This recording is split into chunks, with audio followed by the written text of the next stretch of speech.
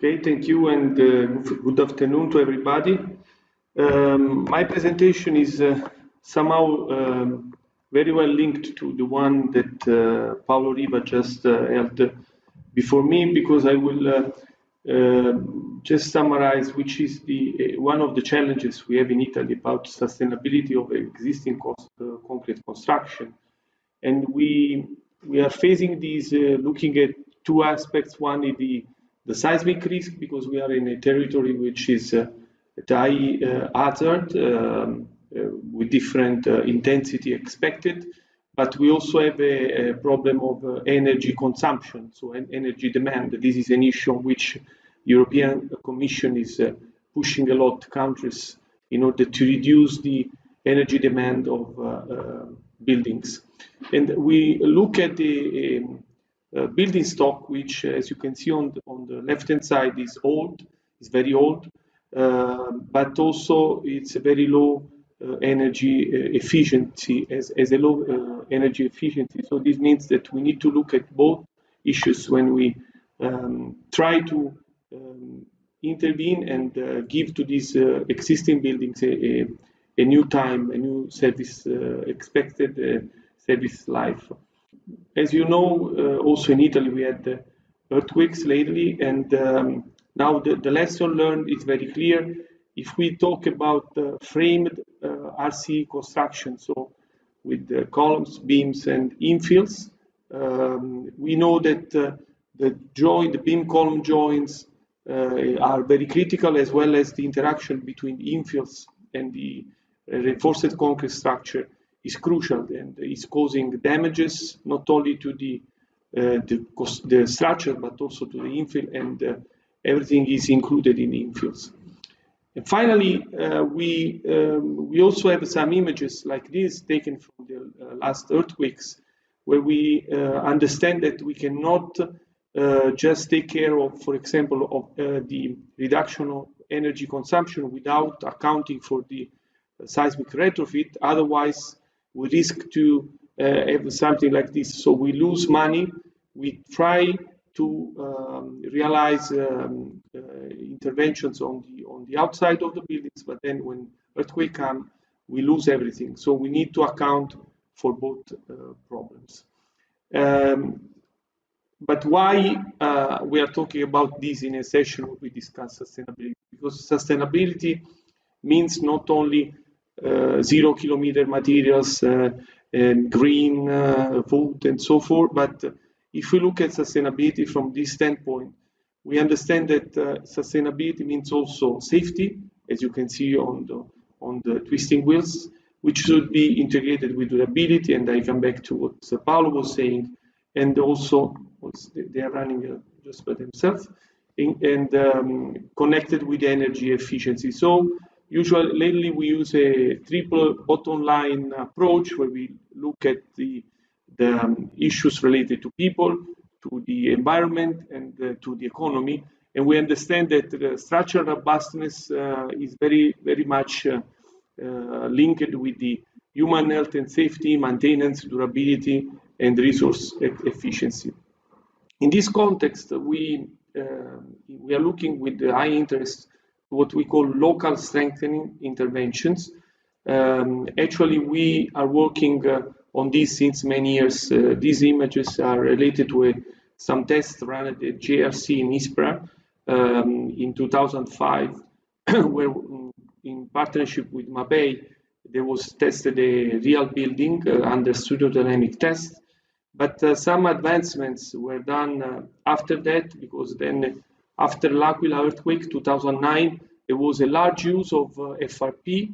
On the right-hand side, you see a school where there was done a fast intervention using carbon fibers.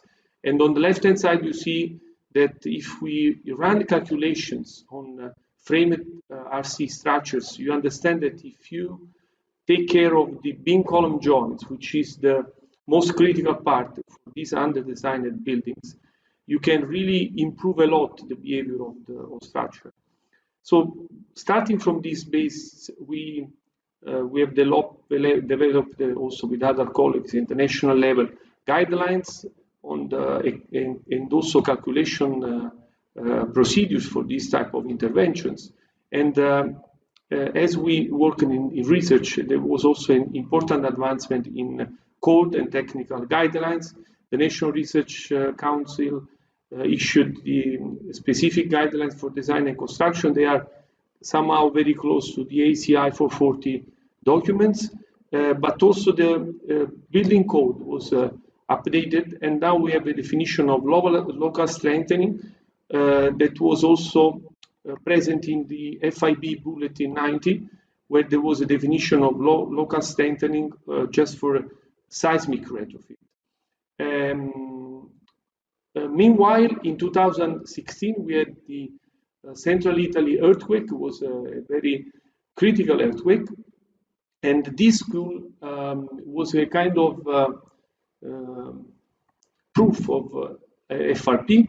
You can see on the left-hand side a column in the middle. You see strips of CFRP. So this school was partially done by masonry, and the other part was reinforced concrete. So the intervention that was executed some years before saved this part of the school. On the right-hand side, you see columns with wrapping at the ends, and the effects are those reported on the graphs below. So this type of strengthening was really important to allow this structure to stand, improving the ductility of columns and also protecting the columns from instability of longitudinal bars, spalling of concrete, and so forth. So we are talking about saving life. But all this is not enough, at least in Italy, because now the big challenge is to reduce the seismic risk at the national scale. So we need to perform diffused action of reduction of the seismic risk. And the government helped people because there was a possibility for private citizens to take advantage of fiscal benefits. The name was a Sisma bonus, which means earthquake bonus, which allowed the people to retrofit their buildings. So it's the national government was supporting private just because there is a very strong need. And in this case, the big challenge for us was not only everything I've said so far, but people was requesting to have technologies allowing retrofit without interruption of the use. So the challenge was, okay, we need to retrofit building, but we don't go out. This is a requirement, and this is a problem. Paolo Riva was mentioning this also for public institutions, because in many times we have a lot of buildings which are a public property, and it's not possible to think about interventions that require people to go out. You don't have this. This is not an option. So this is an input that we need to account for. So based on this, we are working on this type of solutions using composites. I will discuss this very, very fast. I just ran some slides to show you experiments done in several projects in partnership with Mapei company. Here you see the retrofit of exterior beam column joints. Very important spikes, the CFRP spikes, because if you want to work only on the outside, you need to take care of the spikes or the bond.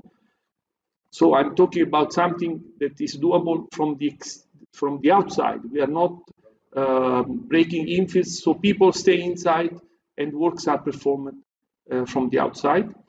I don't have time to remark about all these results, but I just go very fast to show you that this type of intervention is very beneficial for the beam column joints and for the global behavior in terms of strength, ductility, and also post-peak behavior.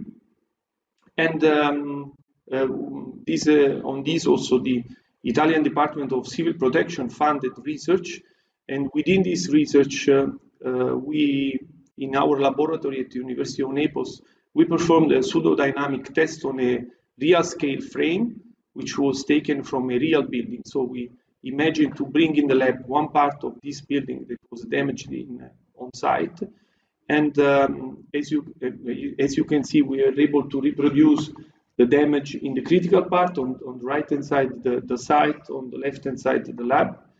And after this, so imagine that the earthquake was occurred, we retrofit the frame with CFRP interventions in the beam column joints with spikes, and also FRCM to enhance the infill to concrete connection. You should see the video. Yes.